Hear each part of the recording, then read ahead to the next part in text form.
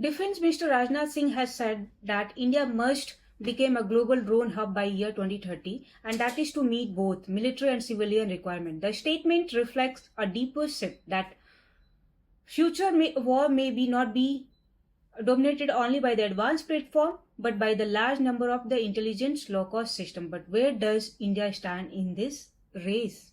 For decades, military power was built around a simple idea, fewer platforms but more capable ones. A single aircraft, a single tank, a single warship, each designed to dominate its domain.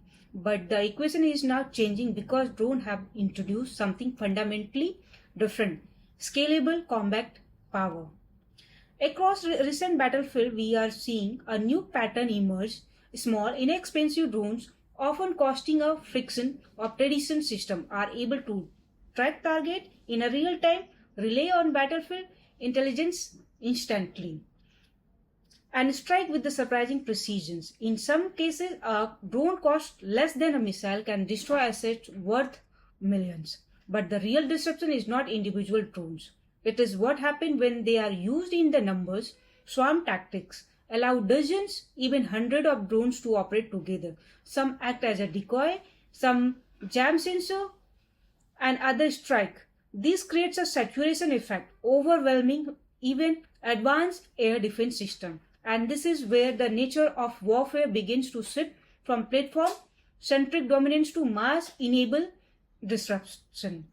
For India, the shift is critical because with the borders are rapidly expanding their drones inventories from tactical battlefield UAVs to long-range loitering munitions. This means future conflict may not begin with the tanks or aircraft, but the wave of the unmanned system probing, mapping, and striking. But recognizing the importance of the drone is only the first step. Building the capability at this scale is far more complex challenge. India's drone challenge is not about developing a single platform. It's about building an entire operational ecosystem, and that begins with scale. Along the northern borders, surveillance is constant. From Ladakh to Arunachal, vast areas need persistent monitoring, often in extreme conditions where manned patrols are limited at sea. The challenge expands further. The Indian Ocean requires wide area maritime surveillance, tracking both surface vessels and submarine. This means India will not hundred but thousands of the drones operating simultaneously. But scale alone is not enough. The second challenge is technology. Modern drone depends on a complex stack system: secure data link, satellite navigations, electro-optical sensors, and AI-enabled autonomy. In many of these areas, India still faces dependence on external suppliers, which creates vulnerabilities, especially in wartime conditions where access to components can be disrupted. Then comes to the third challenge, survivability. Because drones are not operating in an unconstricted airspace, advisories are developing electronic warfare system, GPS jamming, and anti-drone weapons. This means India drones must be capable of the operating in denied environment, registering signals, disruptions, and continuing missions even with partial system degradations. And finally, the challenge of the countering the threat itself, because drone warfare is the inherently two-sided. India must be able to detect, track, and neutralize incoming drones using radar networks, radio frequency detection, soft kill systems like jammer, and hard kill solution, including guns, missiles, and detect energy weapons. This transforms the problem from platform issue into system of system challenge. Which brings us to most important question: if India is built credible drone force, what exactly should that force look like to counter both borders? India will need a multi-layered drone architectures designed not for the one mission but for an entire battle space. Highest level are high altitude, long endurance HAL drones. The platform operate to extend durations, sometimes over 24 hours, providing a persistent surveillance for extended durations. sometimes over 24 hours, providing a persistent surveillance across vast regions. They act as a strategic eyes of military.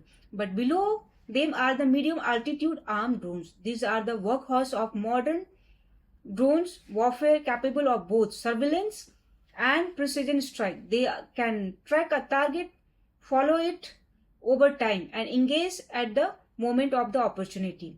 Closer to battlefield are tactical UAVs and quadcopters. This provides real-time situations awareness to soldiers on the ground, mapping terrain, identify enemy position, and guiding fire. Loitering munitions combine surveillance and strike into a single platform. They can remain airborne, search for target, and dive to destroy them with the precision. In mountainous terrain like a Himalaya, and their ability to attack from above make them to particularly effective. Finally, the most complex layer, drone swarms. Here multiple drones operate as a coordinated unit. Some confuse enemy sensors and some jam communications, and others strike powered by AI disrupted control system. Swarm represent the future of the mass warfare. Together, these layers create a complete drone ecosystem from strategic surveillance to tactical combat to mass attack capability. Future wars will not be fought by few high value platform, but alone they will be the fought by network of the system operating together at scale at the speed. The real safety in warfare is not just technology, it's a structural, from the few inexpensive platform to large number of intelligence. Expendable system to country like India with the vast border and complex threats, the ability to build a sustain and scale could become a defining factor in the future conflict. India's ambition to become a drone hub by year 2030 reflect a clear strategic shift from focusing only on high-end platform, recognizing that mass scalability and speed are now central to military power. Because in modern warfare, it is not just most advanced system that wins, but the one can deploy in the large numbers. Jai Hind, Jai Bharat.